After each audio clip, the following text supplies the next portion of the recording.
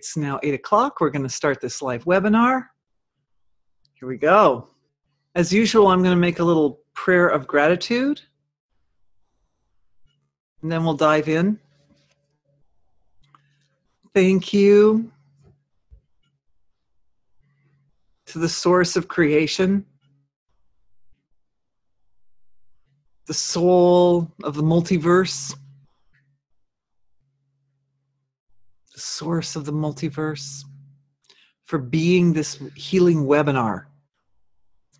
And thank you to the infinitely diverse field of expressions of that wholeness. And especially to those aspects of creation which have the role of supporting the process and the intention of this webinar,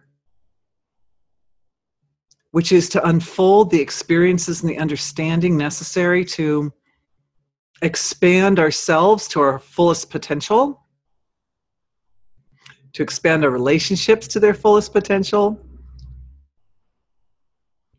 to fulfill the goal of the embodiment of divinity in the relative. Thank you.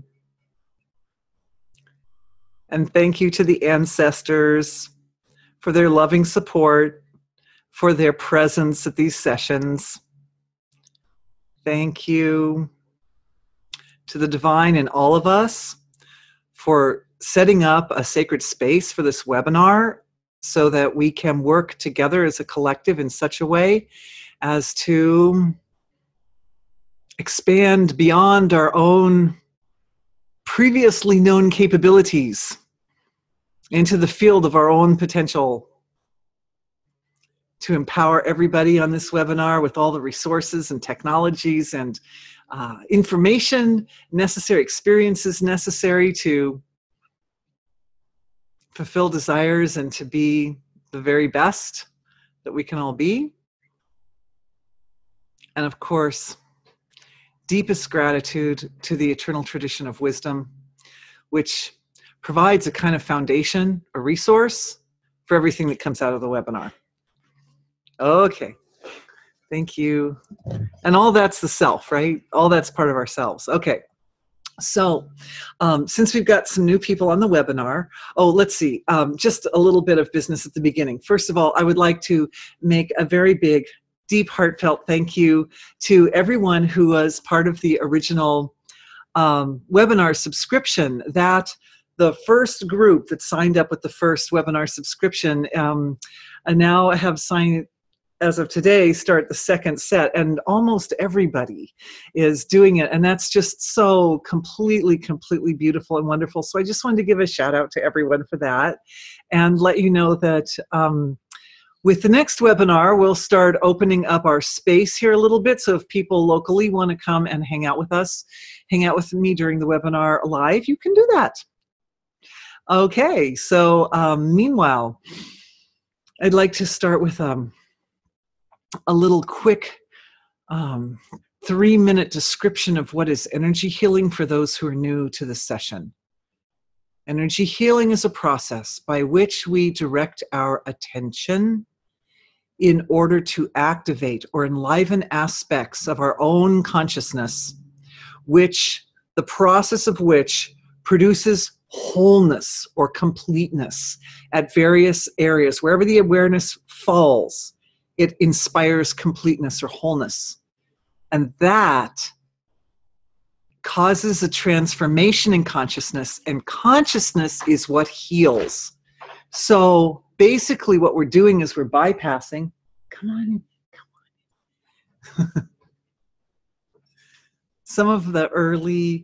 Some people are here.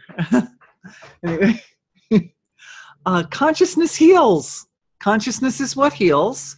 And the way we get our consciousness activated up and engaged in the healing process is to use attention, to move. When attention moves, consciousness moves, awareness moves. And so it goes to specific spots in the field of consciousness. And as it goes to those specific spots, it wakes up consciousness, that area, and it brings wholeness or completeness to that area. So if the body's sick somewhere, and the reason the body's sick is because there's some sadness or some grief or some other kind of discordant feeling, then the awareness goes into where the discordant feeling is, and it completes the incompletion there. And as that happens, the foundation of the illness is eliminated. And then the body feels better and the symptoms go away. So that's basically the gist of energy healing, and we will probably go into more details about that as we're going along. And I assume that everybody on this session has taken a look at my roadmap for consciousness, so that we know that putting attention, where do we put attention? There's a whole range of expression of the self, from very subtle to very dense. All right. If you have questions, just ask them. Okay, tonight's topic is creating meaningful relationships which nourish the soul. Creating meaningful relationships which nourish the soul. So one of the things that's come to my awareness about energy healing is that it is, it's a system. It's like a kind of a meta system for dealing with problems. And because people come for healing sessions with me for all kinds of things, not just physical complaints. And it seems to work effectively regardless of the type of complaint. So in this session, we're going to take that sort of meta system for dealing with various kinds of problems and use it to address specifically relationships. How does it relate to the field of relationships? All right. So I thought it might be good to start with a little bit of a definition of the title. Hey. So meaningful relationships that nourish the soul. So the key words there are meaningful. That's a big key word. And so looking into what is meaningful, and here we get into some of the mechanics of how energy healing works and how you can be your own healer. Because one of the skill sets to really utilize energy healing effectively is to be able to unpack a suitcase full of stuff. So we're going to take meaningful and we're going to unpack it a little bit together so that we get a chance to kind of look at those mechanics of how do we unpack stuff. Meaningful can mean significant, and significant means, I wrote this down, let's see, it means, oh yeah, so I was thinking, well, like, what do all the significant things in life have in common? What they have in common is they have an evolutionary transformative effect on oneself. Anything that has an evolutionary transformative effect can be significant. Now, that sometimes means cool, great things, like it was a really nice transformation, and sometimes things not so nice. So in this case, we have added to that meaningful relationship, this clause at the end, which nourish the soul, because the idea is that we want to structure, the thrust of today's session is to structure relationships that have a positive, transformational, evolutionary effect on oneself. And of course, to get to the key of that, so that every relationship is that relationship.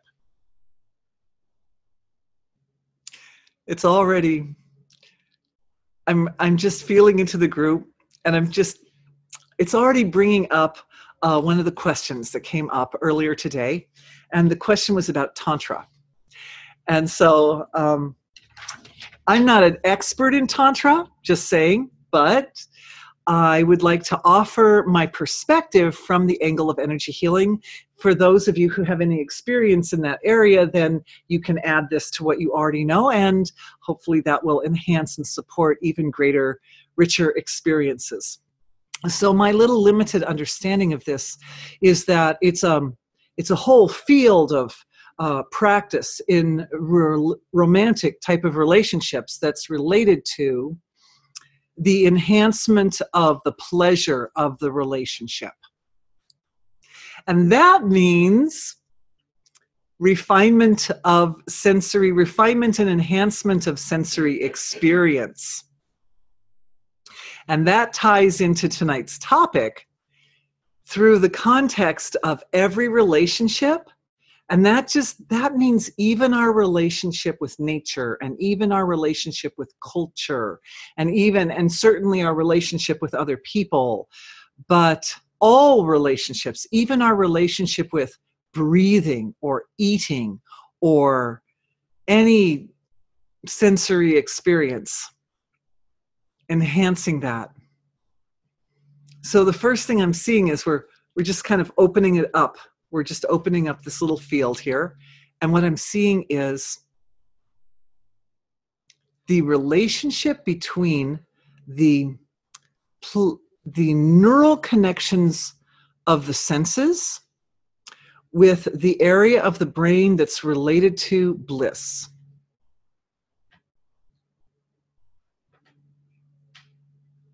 What we're doing in energy healing and on a broader perspective is we're recreating ourselves so that as individuals, we are an ideal vehicle for divinity to express itself in the relative.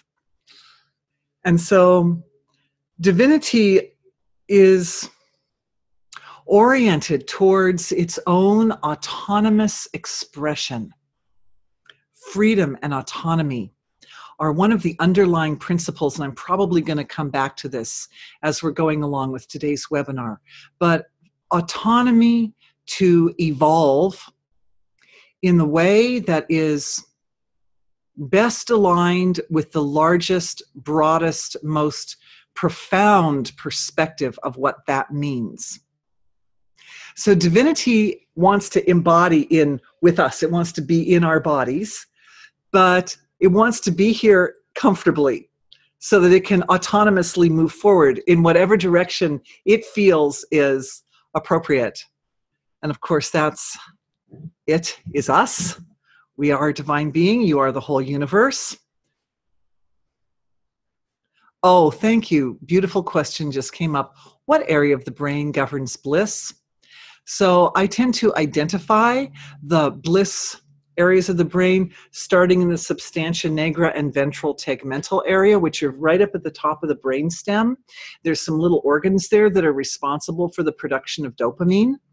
And then there are these neural pathways that go from there, and they go into various parts of the brain. There's one that comes right up through the prefrontal cortex like that and curves around to the back of the head. And there's a whole bunch of them that go up into the midbrain or the limbic system area of the brain.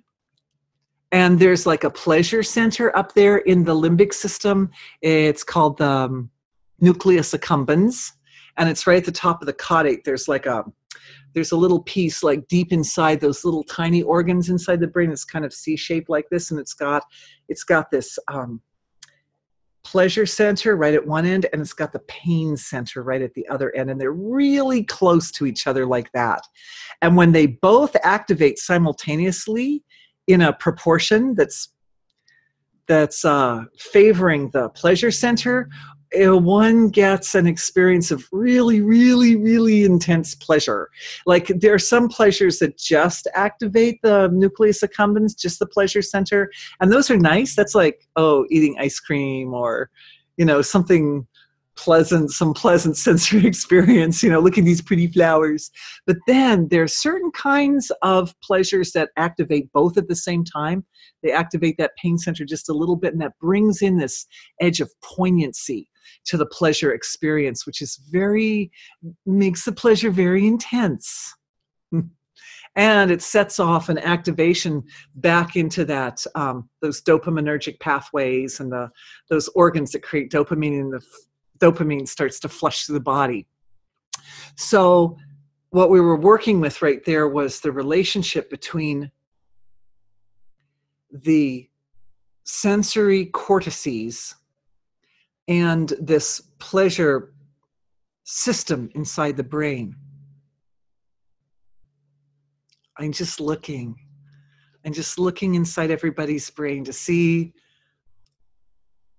what it wants to do. How does divinity want to autonomously express itself? We are at the service of divinity here.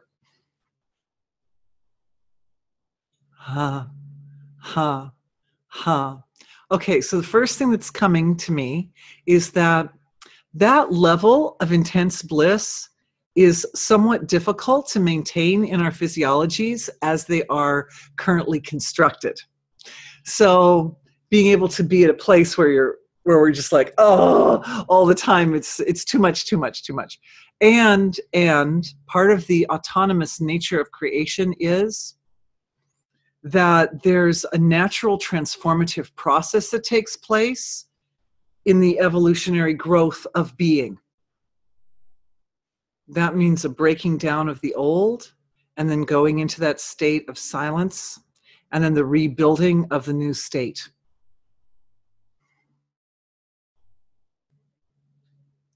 So that experience, the breaking down brings in some of that poignancy. That experience is like a package. It's a package, and it's part of this meta structure for dealing with all problems, because it can be seen that way. The problem is here, whatever it is, and something breaks down, and then the process of coming out of silence, the process of coming out of a more difficult state actually allows us to redefine ourselves in terms of a better expressor and expression of divinity. Okay, so that as a package is being kind of infused with bliss. That package is having to undergo some transformations with regards to the physical structure of our physiologies. And the reason why is that generations of humanity have defined that particular pattern of experience as stressful and reflective of the fact that somehow I wasn't good enough, right? If something in the old has to break down, well, that just shows that I wasn't good enough, right? So that has to dissolve. It has to dissolve. No, I mean, whatever we are at any point is the best we can possibly be, right? And that's the point, that's the forefront of where divinity is expressing in the self at that moment.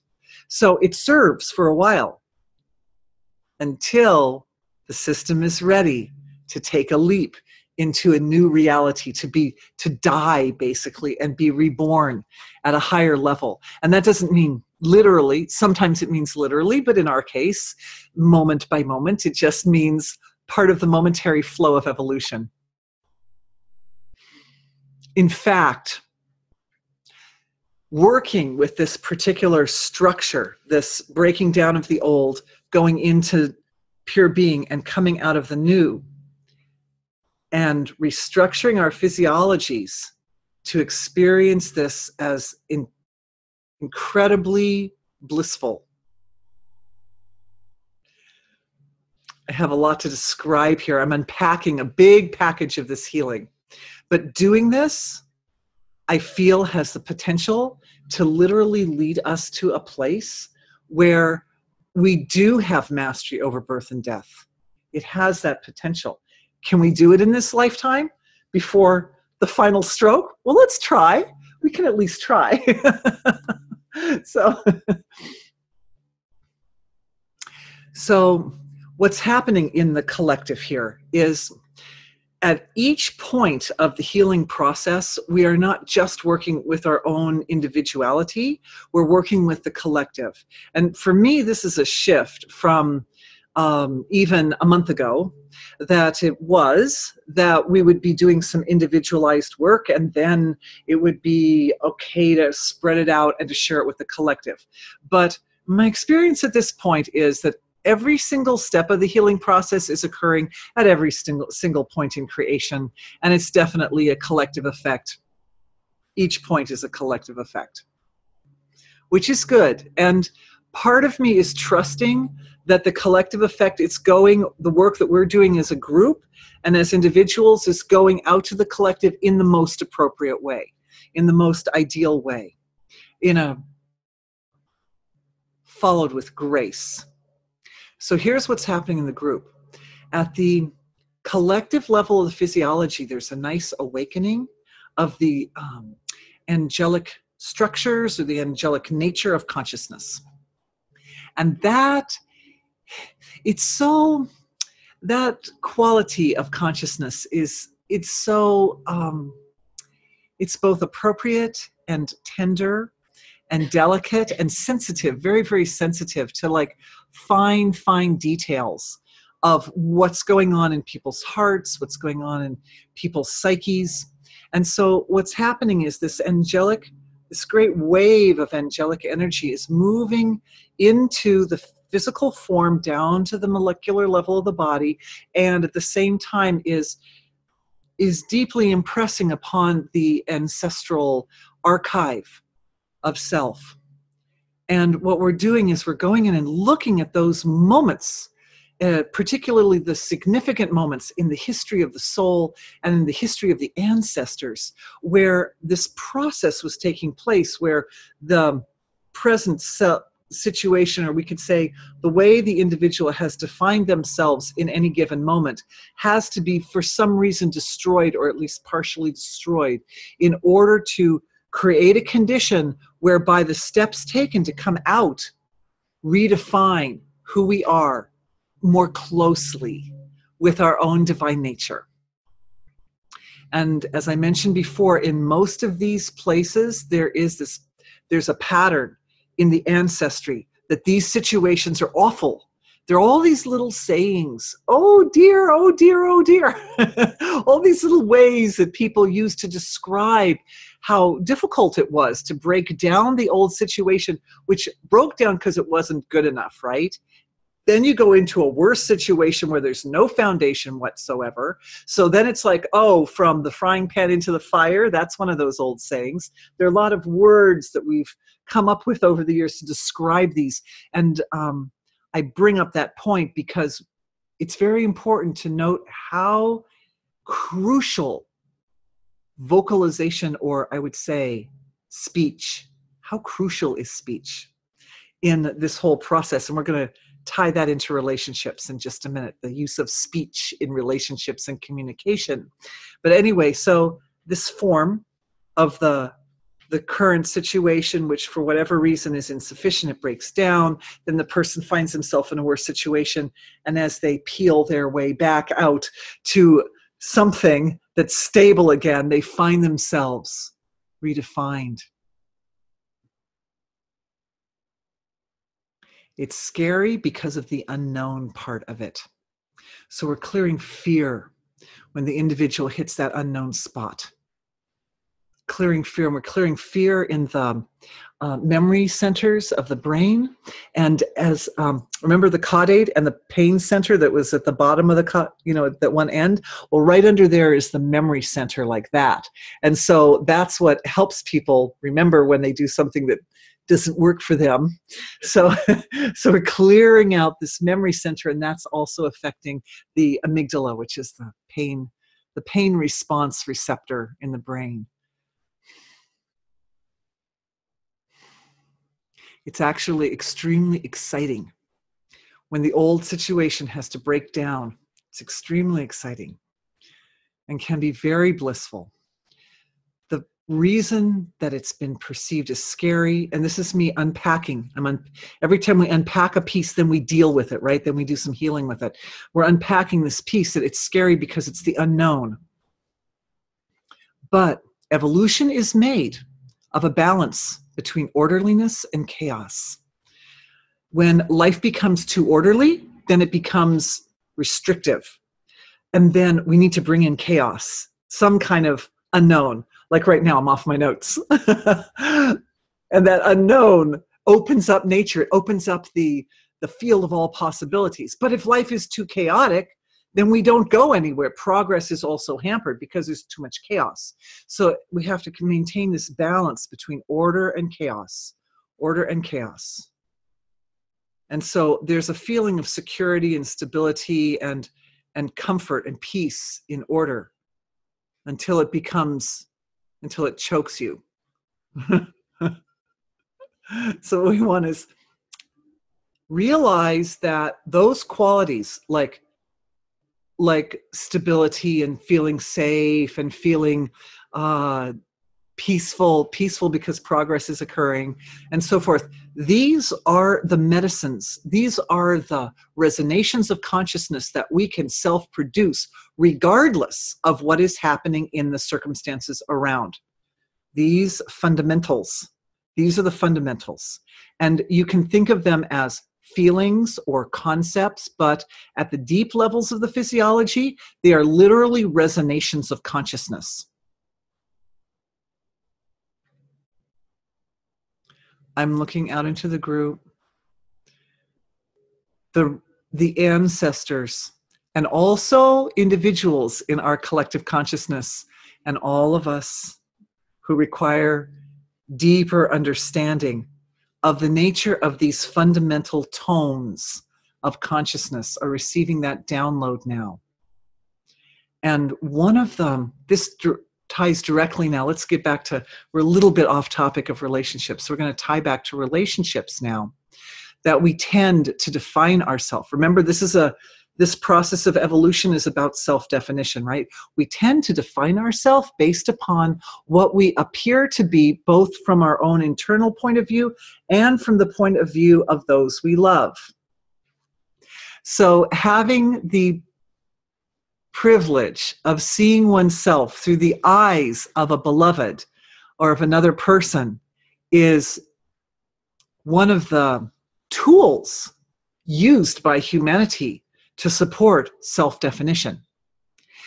So years ago, or I think a couple of years ago, in a very early webinar, I brought up this point that people don't like you because you're cool or because you're smart or powerful or good in any way. People don't like you because of who you are. People like you because of how they feel about themselves when they're with you. They like you because of their own reflection off of your consciousness.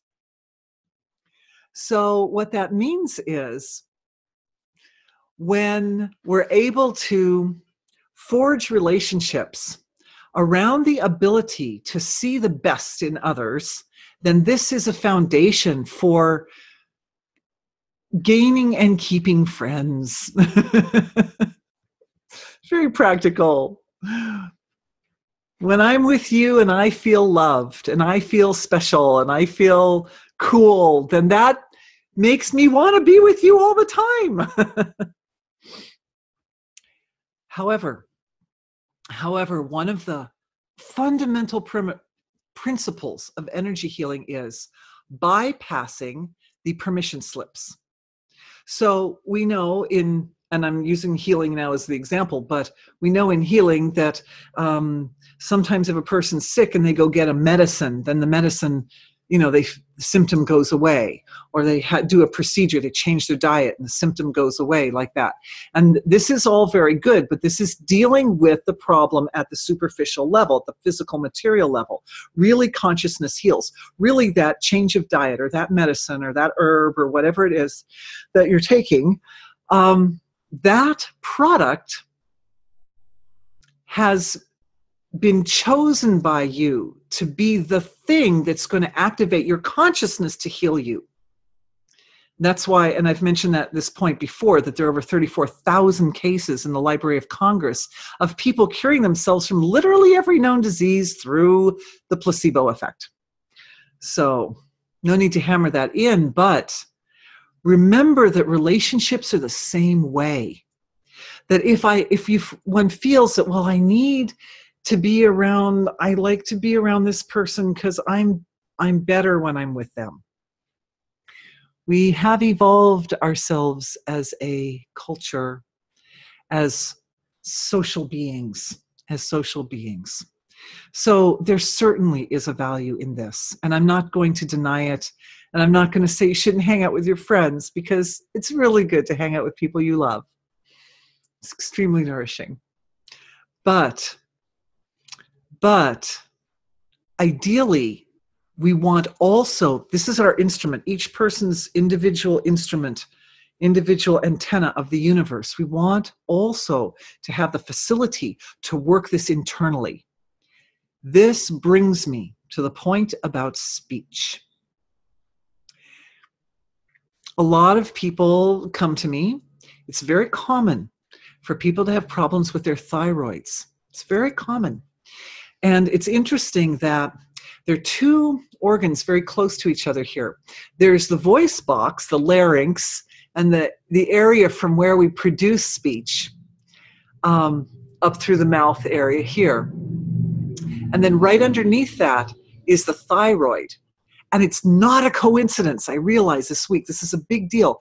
This vocal mechanism here allows us to communicate outwardly to the field of creation, to the universe. But the thyroid allows us to communicate inwardly. It is the organ that lets us communicate with ourselves. It's a very sophisticated little organ there, whose job is to monitor everything that comes through and to monitor the entire digestive process and how we process our experiences and information. And there's a lot of self-referral loops. There are a lot of intelligence loops through the body that come back to this thyroid. Also to the hypothalamus. The hypothalamus is another key organ. And it's interesting that the thyroid and the hypothalamus, it's like they sort of hug this vocal mechanism.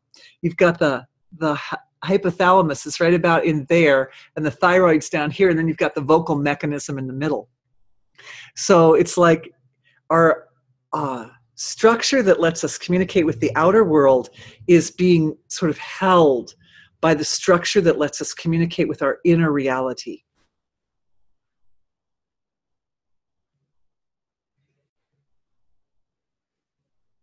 There's one more piece in this puzzle. I feel very important before we go into more nitty-gritties of individual relationships, and that is, this is a healing. Integration. The quality of integration. Celestial body is humming at the field of integration. Collective level of the body is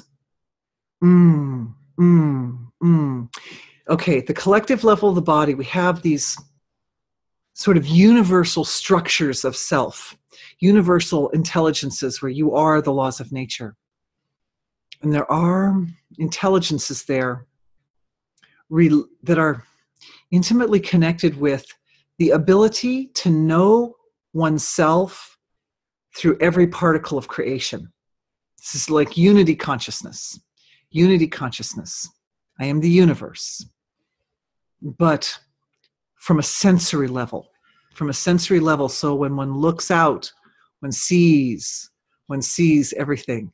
Okay, little story here on this. While this work is going on, while this integration is humming, and by the way, the integration is humming up in the gap between the emotional and astral levels of the physiology right there, so that it's just spraying out in both directions, out to the relative field of creation and into the absolute.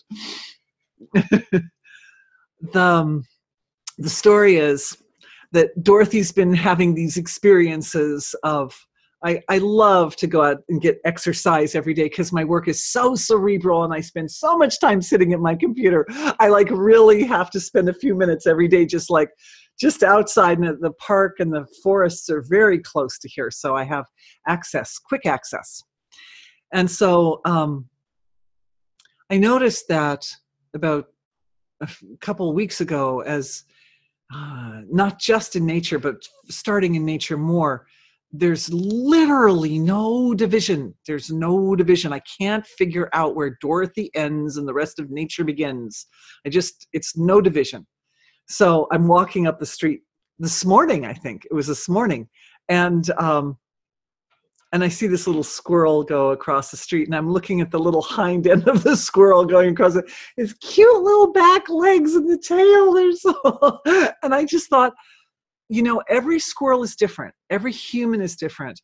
And I looked at these little legs and the little angle of the little feet, and there was so much of the personality and nature of that little being, and the way they moved their body, and the way the whole back end of the body was structured there. It was the sweetest thing. And it distracted me for just a moment from that experience of, I can't figure out where I end and the rest of creation begins. And so then I came back to him like, oh yeah, I don't want to be distracted from that, because that is such bliss, that place. And as soon as I went back into, I don't know where I end and the rest of creation begins, the squirrel turned around and looked at me and came back across the street to see me. And I was just like, oh, hello, a nice validation. Thank you. So this is, we all deserve this. We all have we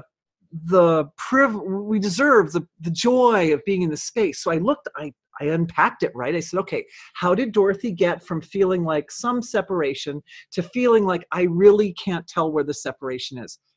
What do we unpack? This is what it was. Integration, like really a lot of integration.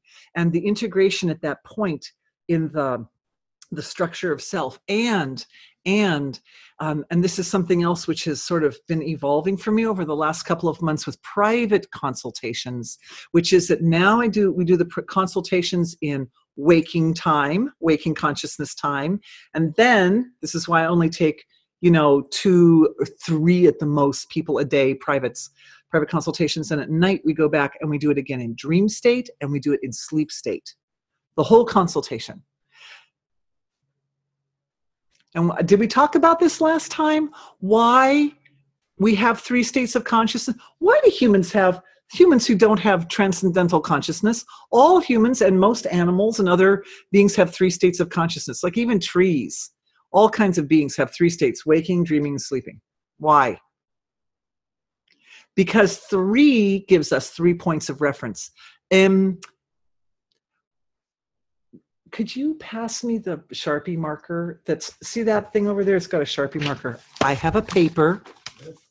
Thank you, my dear. The Sharpie. Yeah, because otherwise it won't show up on the black Sharpie. Otherwise it won't show up. There should be a black Sharpie marker. Oh yeah, you got it. Thank you. You're the best. Thank you.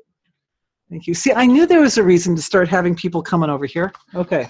The people who got invited were the ones who, I'm sorry guys, I would have invited all of you, but were the ones who were the very, very, very, very first people to ever sign up for my webinar subscription program got a special invitation. But everybody's invited after this. Okay. So, waking, dreaming, sleeping, 3 points of reference. When my son, the mathematician, tells me that when you have 3 points of reference, then you can calculate an arc.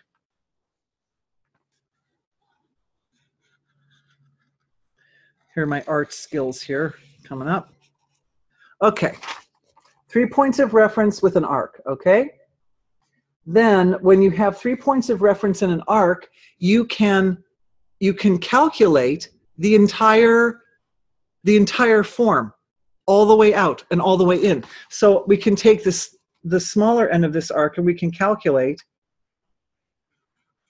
what that curve is going to look like if we extend it to its ultimate degree, and it goes in and in and in forever, ever, ever. And we can calculate what it looks like when it goes out forever, ever, ever, ever, ever. You get the idea? Out to infinity, and into infinity. Okay, so this form is this swirling, okay, relationships. Let's go back to relationships. This is me, this is you, and this is our relationship. With every relationship, we have 3 points of contact, right? We have the one person, the other person, and the combination of the one person and the other person. And that, by looking at that form, we can calculate what this arc is going to look like. So the 2 individuals, if this is me and this is you, and we want the arc to look a certain way, say we want to get to the center really fast, we can move this over like this. We can move it over into one person's court a little bit more, and then you get a more dense curve. Oh, can I do this backwards without even looking? We'll see. Like it goes in like really fast, okay? Or if, say, we want something that moves more slowly, we can bring that point of reference more to the middle, and then we get a long, slow curve. Let's see if I can do that. Okay, keeping contact with the paper. Does this make sense to everybody? In a way, this is for those of you who are visual. For those who are visual, I made a mess. Look, Mom. Anyway, so You get the idea. So there's a certain agreement between people. When we have a relationship, we make an agreement.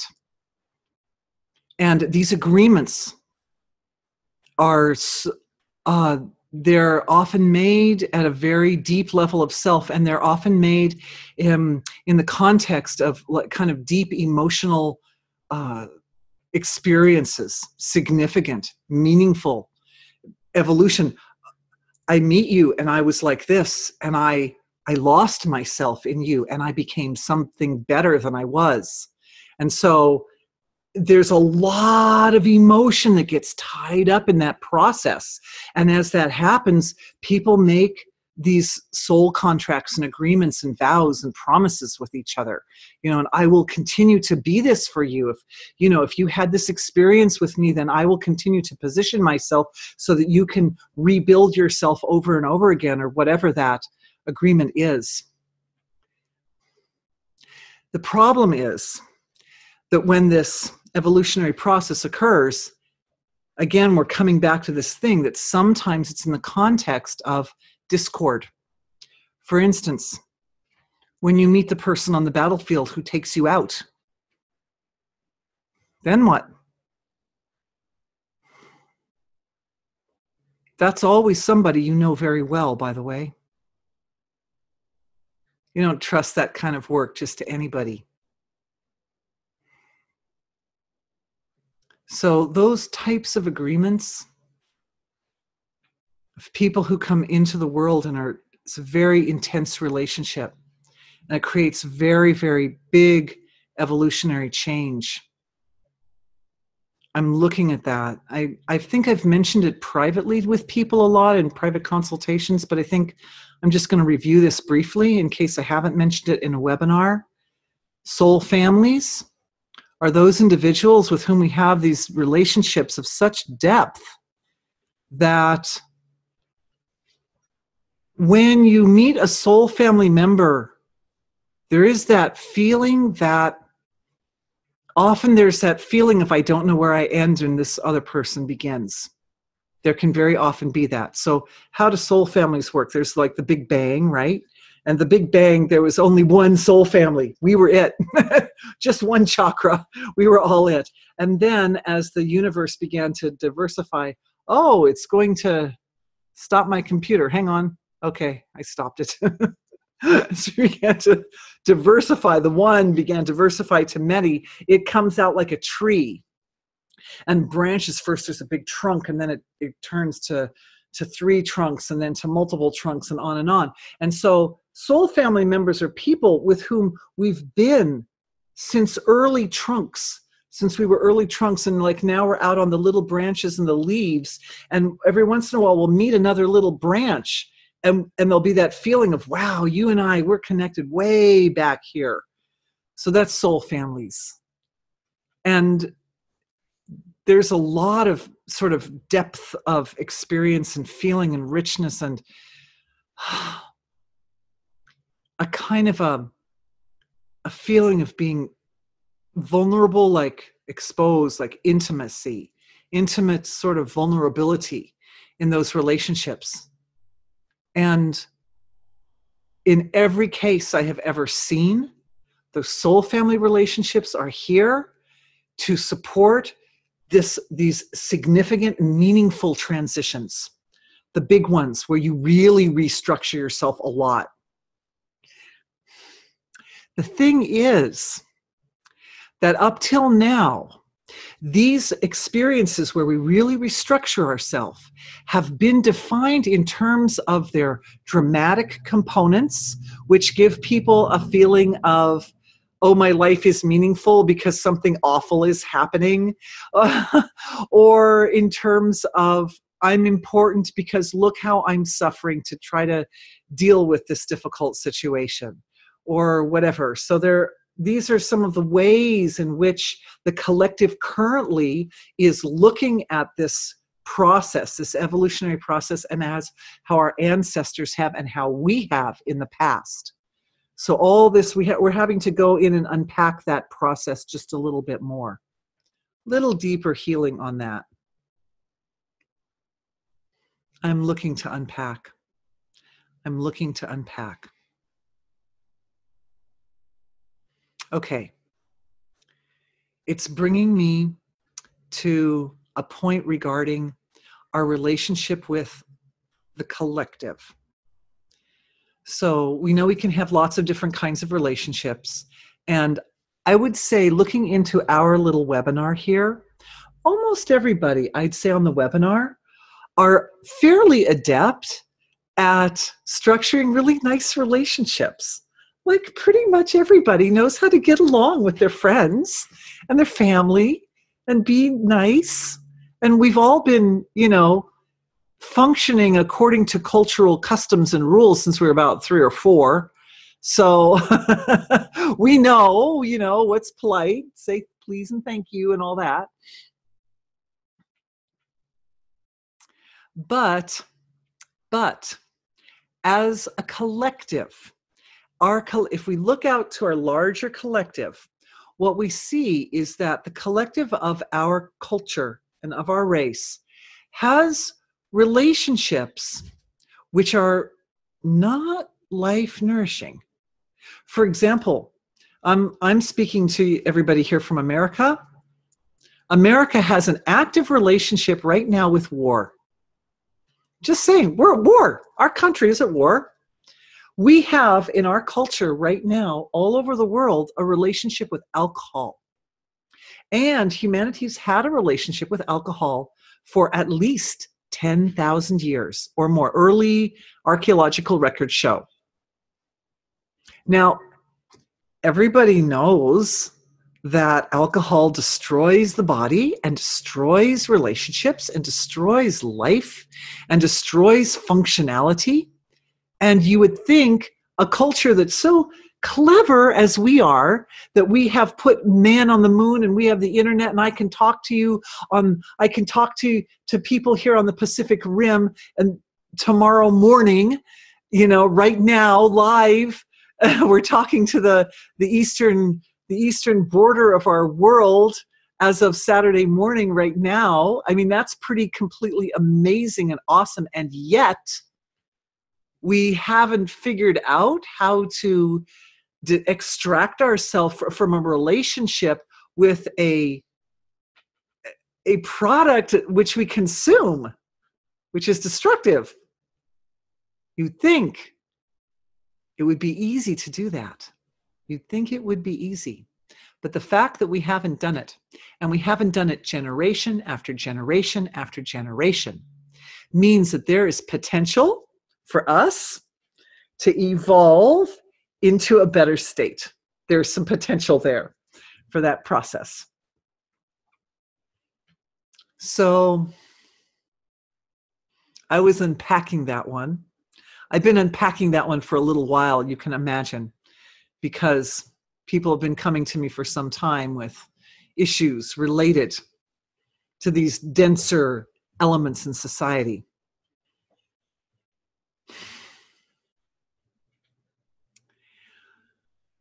What happened was a new relationship was formed.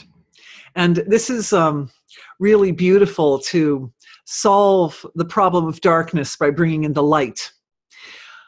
But as I was, this an old saying, you don't need to analyze the darkness. You don't really need to analyze the darkness, but you do have to know where to shine the light.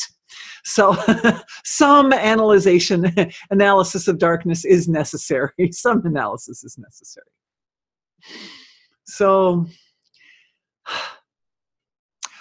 what I found, of course, and in previous webinars, we've talked about this some, is that we have a relationship with the subtle levels of our own being, right? And the subtler levels of our being are much more powerful and capable and knowledgeable and able to interface with the relative dense levels of creation in a way that produces good effects and gets rid of the symptoms of darkness. However, there are structures in these subtler levels of self which up till now had not been visible, had not been accessible. And the reason is that some of the forms that we're dealing with at abstract levels of being are so massive that we can't see them. It's like an ant on a tractor tire. I once was reading some commentary by a comedian saying that a guy in a relationship is like an ant on a tractor tire. He knows he's onto something big, but he doesn't know. It's not until that thing starts to move that it starts to strike, like, what is this? Sorry. Anyway, no offense to all the beautiful men in my world. You guys are the best. So, but when they're young, when they're young, I have a 15-year-old. She has a friend. He doesn't know. That's all I can say. He just doesn't know yet. That's okay. It'll all reveal. It's at some point, this is going to happen, and then it's going to become clearer. So we're just hoping for that to happen with grace. But anyway, so there are forms of self which are so big, and they are so unlike human forms. We're used to having relationships with people. That's easy. Man, for you guys, that's a piece of cake. You already mastered that. The tricky bit is, how do we have relationships with those structures of our own nature that give us the autonomy to start to really move creation in a really big way? Eliminate war. Eliminate dependence on alcohol. That would be nice, wouldn't it? So there's this form. I saw this form just last week for the first time. It was so big I hadn't noticed it before. Okay, I felt it first as a feeling. And to be honest, it came up as a feeling between myself and somebody who's in one of my healing sessions, one of my group healing sessions. I do these group remote sessions every day, and I write reports to people. And the first guy whose name was on the list, he's a really profound spiritual man. And I was in there with this name of this first guy, and I was like, oh, wow, there's something really big here, that the combination of his perspective and my perspective together revealed, two eyes. We're seeing the bigger. This form is okay, I'm going to do my best to unpack it. It's a form of energy. It's an energy fluctuation. Luckily, I've got my handy dandy notepad here. Do you guys remember this form that's been typical in, I'll show everybody, I'm such a great artist here. Okay, sorry guys, this is best I can do.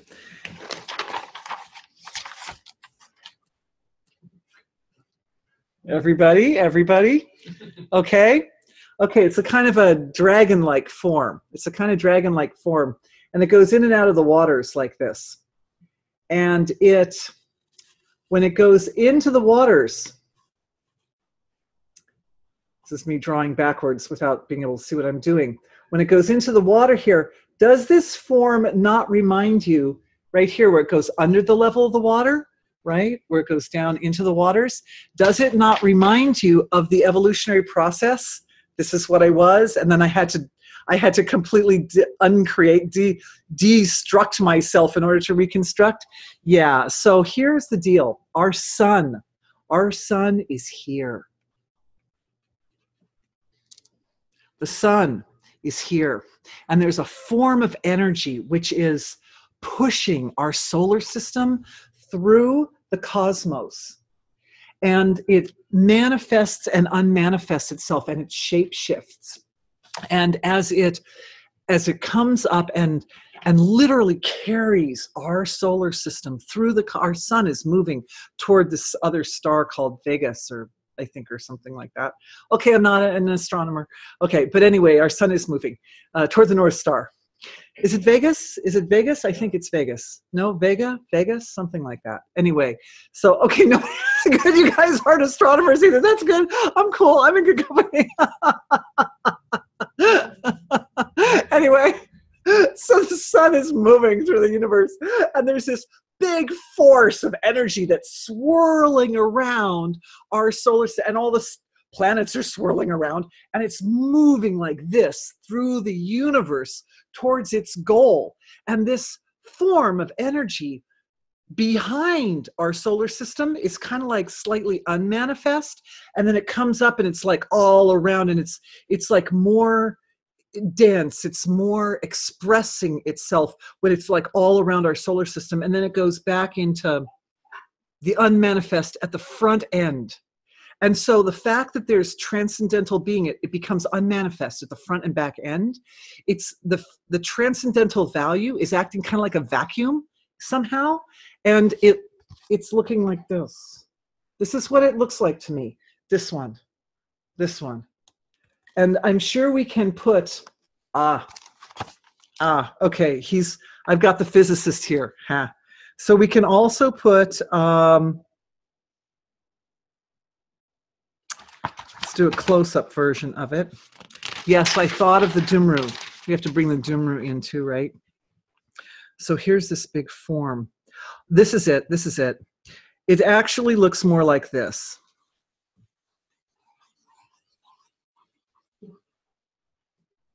Okay, it actually looks more like that. Okay, you got it. We're there with that. It actually looks more like that. And this is also happening.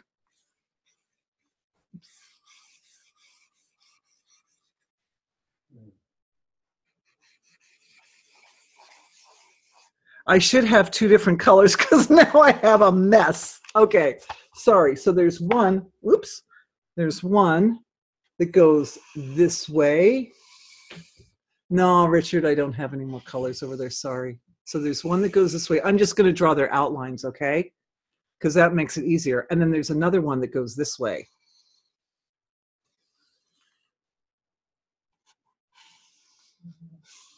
If that makes sense. Okay, we got that pattern. It's a simple pattern, but it's an important one, right? So we have this situation taking place. Kind of thickening up my shape lines here so you can, but the idea is that it's spinning and it's going like that. And so our solar system's in the middle of this form here. It's expanding out to infinity. These are the expanding to infinity forms here, and it's contracting into, or you could say it's expanding into density here. Okay, so this form, this shape, this is a living thing. This is something that's very, very good for us to have a relationship with. We want to have nourishing relationships. Get to know that guy because this life force, this massive life force, it's not just interacting with our solar system like this, it's interacting with other solar systems in our galaxy like this also. And the whole galaxy has its own big version of it that it's interacting with. So it's kind of a fractal-like thing. And it within our solar system, it has its smaller tendrils that are also the same shape. So it's like this same shape repeated over and over and over again at bigger and smaller levels. Oh, does anybody see this collapsing and then re-emerging on this side? Yeah, of course, the same pattern. We're living it. We are living that. That's why it was so hard to see, because we were living it. And so it was like, oh, it's like asking the fish if it's wet. They're like, what's wet? Like, this is just life, you know? Okay, question. What is the Dharma? Oh, I was just getting to that. Thank you. Thank you. My darling one, whose name I won't not mention because some of this might go live, but everybody can see her name up there. You guys can see later.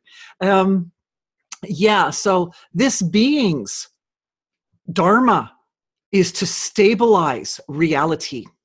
So what that means is whatever yokes itself to this form, whatever identifies with this form, whatever becomes friends with this form and forms a relationship with this form, it lasts and it lasts and it lasts and it lasts. And guess what? War is connected to this thing, and alcohol is connected to this thing because it's neutral. It's so big. it's so big and it stabilizes everything in creation that it doesn't care. Anything can be friends with it. We can be friends with it. We shall be friends with it. We shall befriend this. So yes, that's the point, is that download. And then I see there's also a question coming up, but we'll do this healing first, and then we'll go to the next question. Download for everyone's God presence, for everyone's being through the entire range of manifested self, to be familiarized with the life force, the actual consciousness of this form. Oh, by the way, I've gave it a name, source of culture. I call it the source of culture because everything that I can find in culture, everything that brings bliss, every art form, everything that humanity holds dear, and that means everything, politics, and it includes even the other things like war and all that stuff. It's the source of culture. Everything that we think of as culture has evolved from this thing.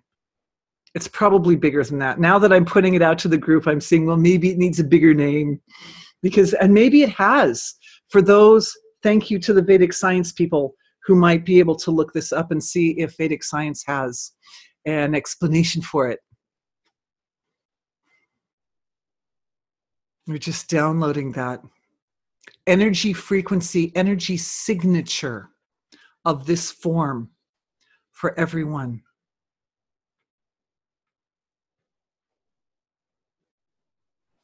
And in this download,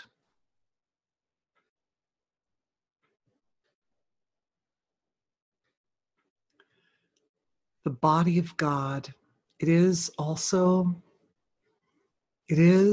looking at a great expression of divinity, of divine being.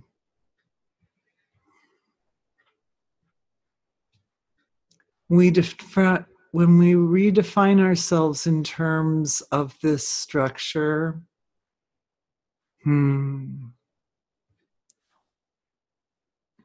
it is beautiful. It is simple and it is beautiful, but it is incredibly stable and it is incredibly flexible.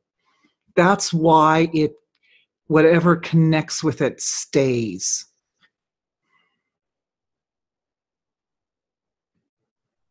There's a lot of profound information here. I'm getting a big download too.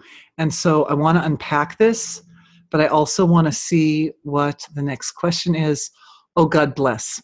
So the next question is from a very brilliant woman who I appreciate so much because she always brings everything back to the concrete. Yes, thank you. Thank you for being my friend and thank you for being with me. So what connection does this drawing of the solar system's movement have to my relationship with my siblings? Did I guess she was going to bring it to concrete? Thank you. And all the other relationships. Thank you, Mary. Oh, wasn't going to say any names. That's okay. There are a lot of people with that name. Okay. God bless you. All right.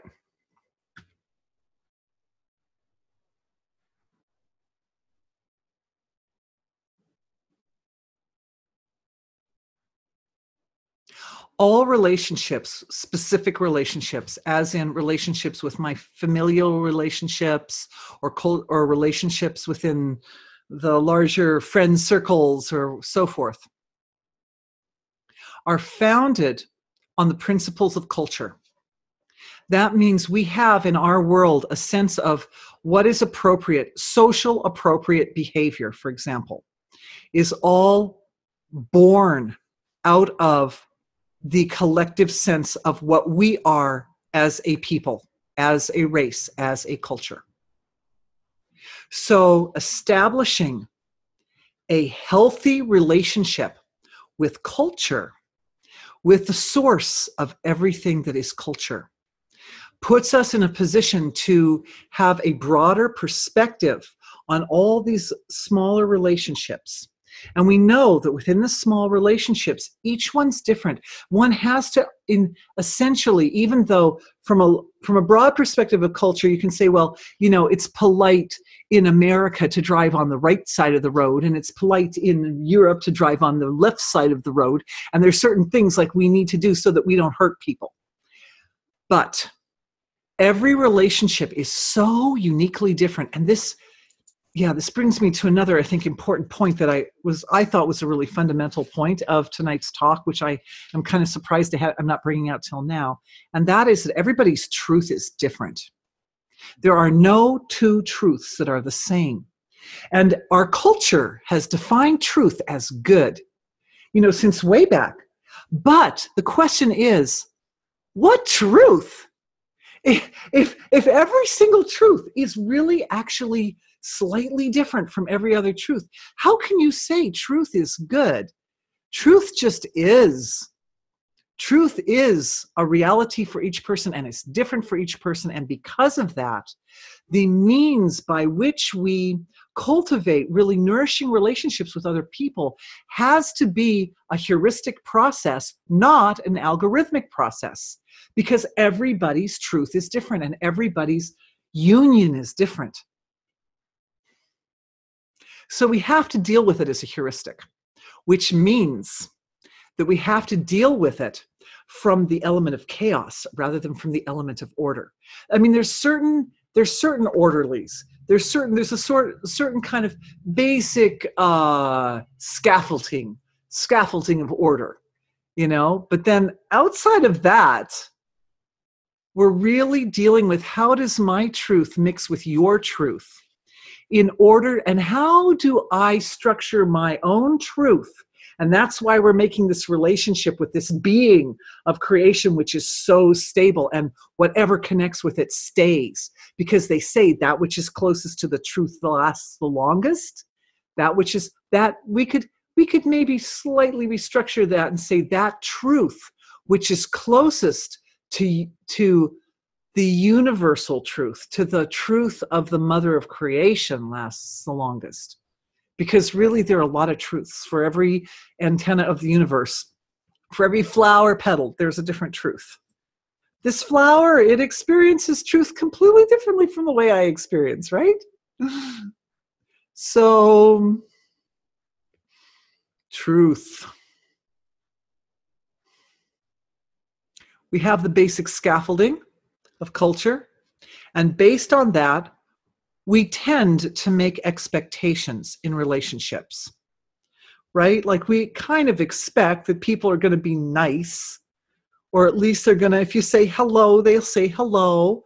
If you make eye contact, they'll make eye contact, I mean, you don't make too much eye contact because that could be embarrassing, right? They're kind of like little things like that. We kind of have expectations.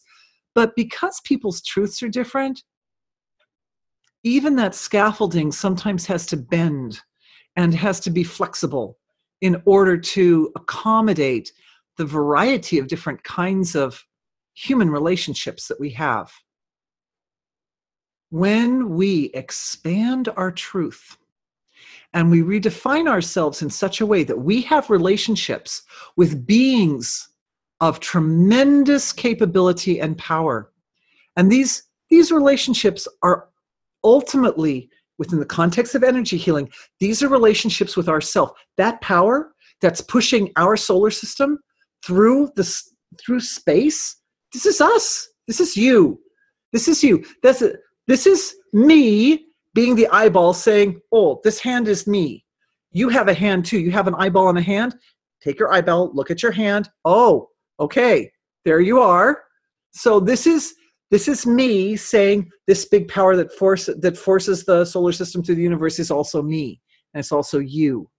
And this is me being the eyeball looking at the hand, basically, because that form of creation is part of self. So what we're doing is we're breaking down something that we understood about ourselves, and we're rebuilding how we define ourselves in terms of a force of nature so great that it can push stars and planets through space. And in order to stabilize that self-definition, we forge a bond. We forge a bond with that force of creation. And it's beautiful. It's like this incredible thing. You can't imagine when I started looking at this thing and saying, I have a relationship with you. It was like, that's when the walking down the street and I can't figure out where I start and where I end, where I start and the rest of creation begins. That's when this starts happening. So this is a specific area that we're focusing our attention to forge this relationship with an aspect of our own self, which expands our definition of self so greatly that we have the resources to deal with a relationship with another person, such as a brother and sister or anybody, becomes really, really simple. It becomes really simple. We're just 4 minutes out, and I really wanted to give you some practical information about working with soul contracts and and I didn't finish. I was going to go back to that point about Tantra too, but anyway, with soul contracts and vows and promises and covenants and all kinds of agreements that we make with people and we have made with people in the past. And I know there's a question for tomorrow that ties into this more, so I think we'll probably end up going into it more deeply tomorrow, but I just wanted to say that the kind of contracts that influence relationships now in a way that makes current relationships challenging, those kind of contracts, like vows of chastity and vows of poverty and vows of I promise I will always serve you, or that whatever problems you have I will get rid of them for you. Oh, that's a promise sometimes people make to each other. Ouch. Anyway, so they aren't really just made in the relative material level of creation. It's not just words. And this also brings us back to the importance of the voice and the power of speech. That when we speak,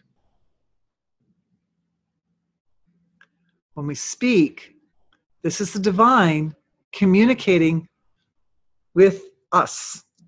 When I speak, this is divinity communicating with Dorothy. This is God communicating with God's expression as Dorothy. So if I say to you, I am your mother, say in some past life, I am your mother, and I will always protect you, and I will never let any harm ever, ever, ever come to you. Never. And then, several lifetimes later, you get yourself into a big, nasty old mess. And, and I'm not your mother anymore. Now what? I hear my mother laughing in the other room. Anyway, sorry. Anyway, so those kind of contracts, they don't just happen when we speak them. It causes them to move out into creation, and the speech never stops. The sound that comes out of our mouth goes out and it hits against every single thing, and even goes out and hits against stars, and it keeps reflecting back again in every corner of creation. And so to get to the place, now you could say that where I'm leading with this is you have to unspeak it. You have to speak the other side of that vow or promise. And this could be, I'm not going to discount that could be a very good way to undo a vow or promise of that type or variety. However, it's not just the words themselves, it's that place of the heart and soul. And that place is beyond the relative material level of self. That's why it's so very important that we start to redefine ourselves in terms of not just my physical material body, but also the whole field of creation, the whole field. Because then when we go in and say, oh gee, maybe that particular vow was important at a limited period of time with a particular relationship, family relationship with that person. It is no longer. And in order for you to grow up, you got to take care of yourself. So right there, just lovingly knowing that you are me anyway, that the whole creation is the self anyway. Oh, thank you. Thank you. What I really want to do is I would like to offer to everyone a download for how to access one's own reality in the spirit world. Oh boy, I'm seeing this diagram coming up. This one. Okay, here's another way to look at this diagram. This one. Here's the human life. You're born, you evolve, you're born, you evolve through your life, and then you die at the other end. But overlaying that is the fact that you also belong to the realm outside of birth and death. And so, guys, there's the birth, there's the life, and there's the death at the other end. So, right? So the lifetimes go like that, right? You start little and then you get big and you're capable, you do all kinds of things, and then you get to the other end and you don't do as much at the other end. So, but this other part, this other segment here, we are also connected to the spirit realm of creation. I call it the spirit realm, but that's really an old word left over from a previous paradigm where I described one of the layers of the body as the spirit body. Really, the spirit realm of creation is this celestial causal realm of creation. And in that place is where the vows and promises that follow a person from one lifetime to the next and cause nothing but trouble, or maybe they cause a lot of bliss too, who knows? But anyway, the ones, if you want to deconstruct them, this is the level of self from where the communication comes. I'm seeing one more question. We are at. Okay, so thank you for that question. So one of my beautiful, your sweetheart, one of my sweethearts, is asking, how do we unspeak the unwanted contracts we are not aware of? I feel as if this question is so profound and it's so important that, and we're also at our time, if it's all right, since everybody's going to receive the recordings anyway, and those who want to come back tomorrow can come back, those who are on the subscription program, come back and join me tomorrow. I think I would like to go into a lot more detail on that in tomorrow's session, because it's a really good question, and it really deserves to be unpacked and looked at in a lot more detail. So if you don't mind, thank you. Not to leave people hanging overnight, but we will go over the points of today's webinar tonight in both sleep and dream state. So everything integrates. And in fact, just for everybody's information, my experience is we already were doing that during this webinar. It's not like at night when I'm sleeping, I'm redoing it. It's because we're working already on multi-dimensions simultaneously. It's just that we're going to process it tonight when we're sleeping. That's all. Anyway, you get it. You're good. You're good. You get it. Okay. Thank you, everyone, for being with me. It was really fun to talk about this. And thank you, everyone, for being with me. And I hope that you will be with me again in the future and more. And I love you all dearly. And I'm gonna close up. Thank you. But we'll meet again tomorrow morning and take it from here. Thank you. Good night.